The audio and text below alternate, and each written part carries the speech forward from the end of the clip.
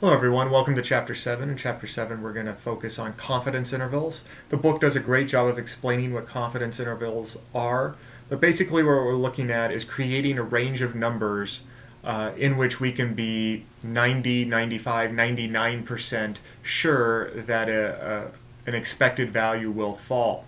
Expected future value will fall. So for example, to use one of the examples I was just reading out of the book, if we look at a range of presidential ages, the age at which each president was inaugurated, each president became president, you can calculate a confidence interval based on the existing data in which you could accurately predict the age of each future president within a specific range. And so what we're going to do is work on calculating the specific confidence intervals for different situations.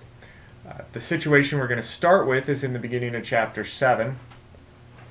And what we're going to do is calculate the confidence interval for a sample problem. And I'll explain why we do the things we do as we go through it. We're going to do problem 28 in Chapter 7, the telephone digits problem.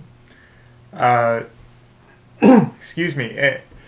In the telephone digits problem, we need to calculate a 95% confidence interval using the data they give us.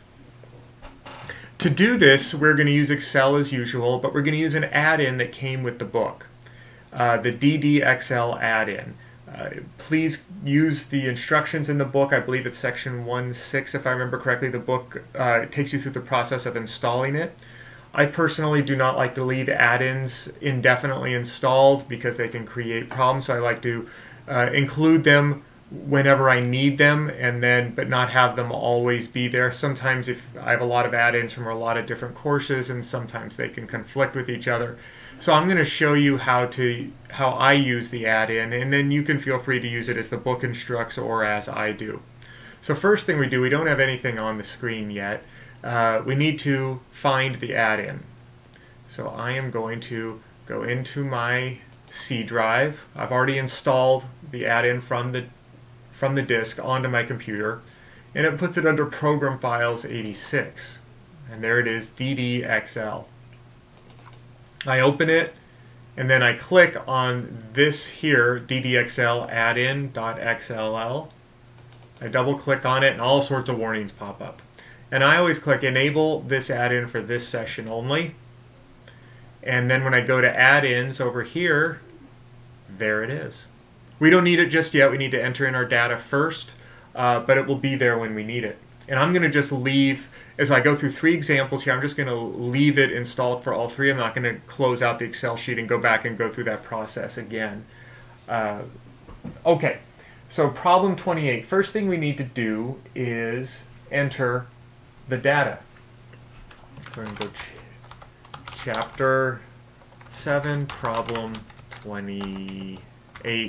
And I believe this is section 7, is this 7.4? 7.3. All right, so let's enter in the data. We're going to put 1, 1, 7, 0, 7, 4, 5, 1, 7, 6. And now, this is the beauty of Excel. We're going to do something that is fairly complicated and time-consuming to do by hand, and we're going to do it very simply using the DDXL add-in. We're going to go to confidence intervals. After you click on it, go to confidence intervals, and we get this screen here. Now this is the important part to remember. Which of these to choose? In this particular case, we are going to choose one variable z interval. Now how do I know to do that? The way I know is that if we have the standard deviation given to us, which we do at 2.87, if it's normally distributed, which we know it is, then, and there's only one variable, then we're going to use the one variable z interval.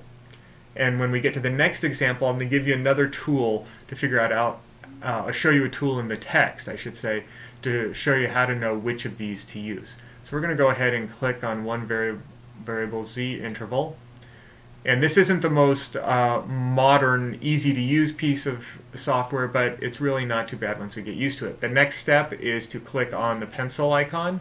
Now we have to manually enter the data range.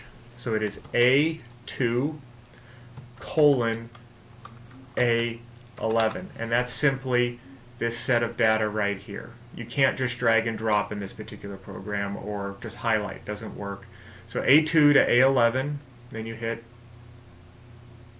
well, first row, oh, I messed it up there, so we're going to do it again.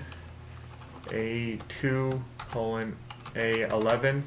I did not, if I was to include the chapter 7, I would want to click on this first row, his variable names, but since it's not included, we want to make sure to just have data and have this unchecked.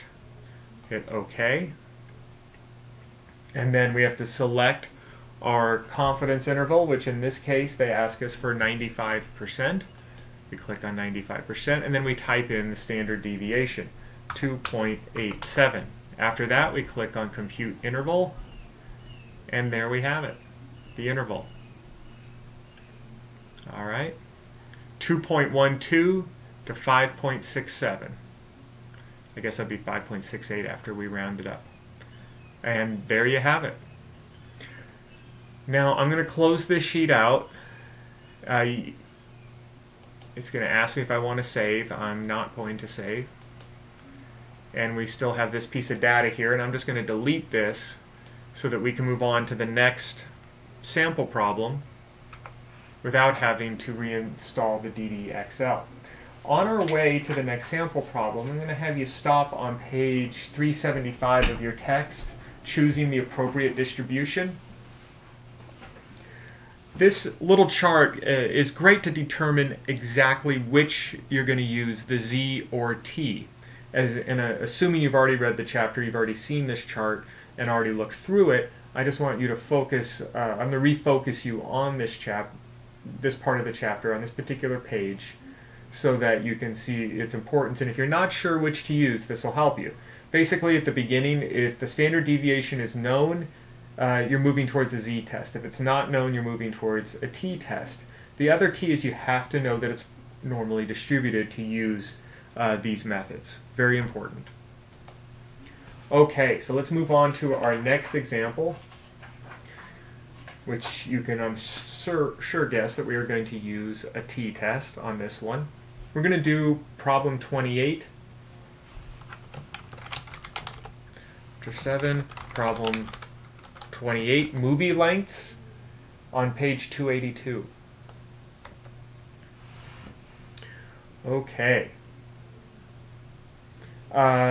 First thing we need to do is enter in those data points.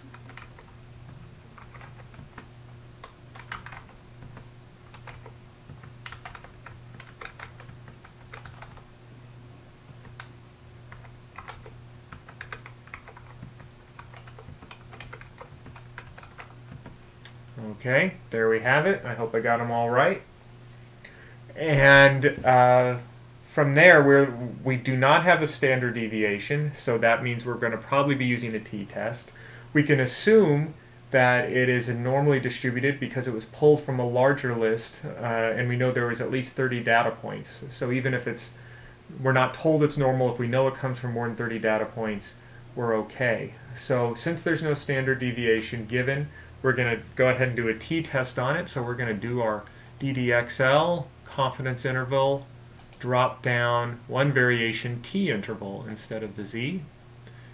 This is not selected, so I'm not going to include that. So we're going to go A2 colon A13. Click OK. And we're doing a 99% confidence interval and compute interval. And there we have the interval 103.5 to 140.1. Now, one of the things you may notice is that some of these answers may be a little different from the back of the book, just a hair different. Some are right on. Don't worry about it. The answers in the back of the book were not calculated using this software, even though the book talks about the software. So there are slight differences in the calculation methods. As long as you're really close or even really in the ballpark, you're going to be just fine. So I'm going to go ahead and close this out and keep everything open for our last example for chapter 7, I should say.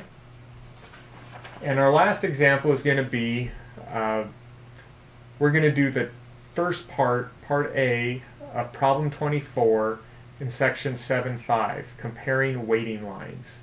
I'm on 393.